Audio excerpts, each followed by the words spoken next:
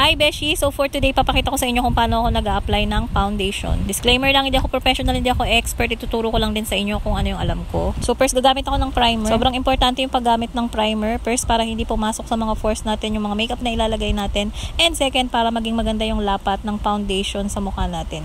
Ayan na, parami pa nga yung lagay. You can use any brand ng primer na bet mo. Yung sa akin, Stay Genius yung brand. Next, gagamit ako ng liquid foundation. Pwede kang gumamit ng kahit na anong foundation brush or sponge kung saan ka mas comfortable.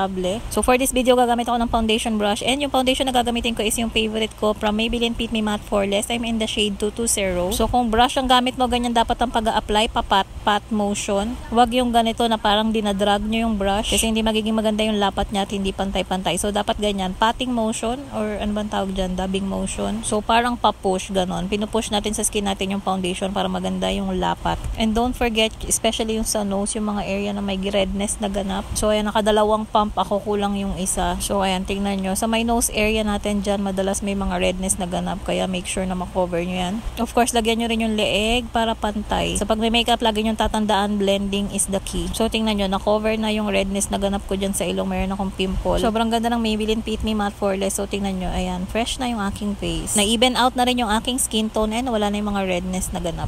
And here's the final look.